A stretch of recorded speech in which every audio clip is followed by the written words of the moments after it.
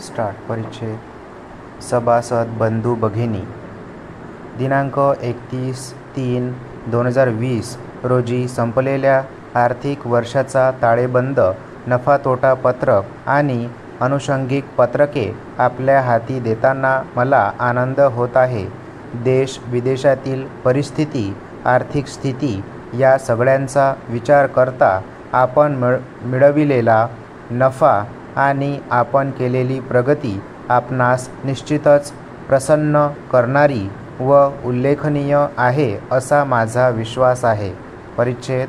आपल्या बँकेने आर्थिक वर्ष 2019-20 मध्ये विविध आघाड्यांवर केलेली प्रगती विचारात घेताना किंवा त्यापूर्वी आपण एकूणच जागतिक अर्थव्यवस्थेचे चित्र समजून घेणे आवश्यक आहे असे मला वाटते. आपण आपली प्रगती कशी झाली आहे, ती पुरेशी आहे किंवा नाही, हे अर्थव्यवस्थेमधील इतर घटकांच्या प्रगतीशी तुलना करूनच ठरवित असतो. त्यामुळे असा थोडा व्यापक आढावा घेणे आवश्यक आहे. परिच्छेद. आर्थिक वर्ष 2019-20 हे ढोबळपणे पाहिले तरी अस्थिरच होते असे जाणवेल. जगातल्या सगळ्याच अर्थव्यवस्थेवर जाणवावा इतका परिणाम करणारे हे वर्ष होते. जागतिक अर्थव्यवस्था त्यापूर्वीच्या वर्षापेक्षा कमी वाढेल आणि या आर्थिक वर्षात तिचा वेग केवळ 2.9% इतका असेल असा अंदाज व्यक्त केलेला होता. परिच्छेद.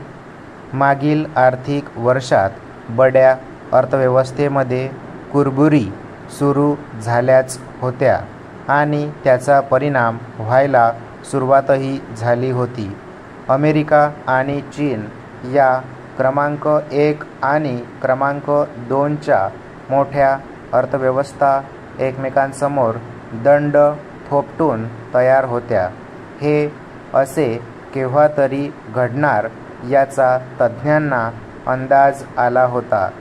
चीनने आपली श्रमशक्ती आणि केलेले आणि मिळविलेले संशोधन वापरून अनेक प्रकारची उत्पादने जागतिक बाजारात दाखल केली आहेत.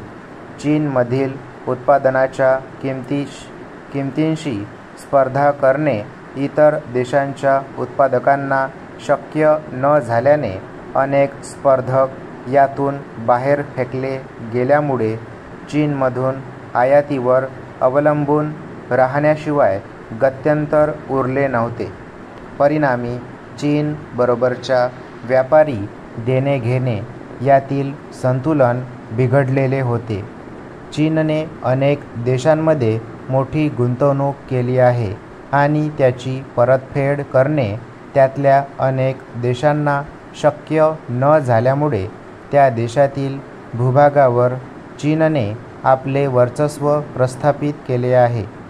श्रीलंकेमधील एक बंदर विकसित करण्यासाठी दिलेले कर्ज न फेडता आल्यामुळे ते बंदर सध्या चीनच्या अधिपत्याखाली आहे.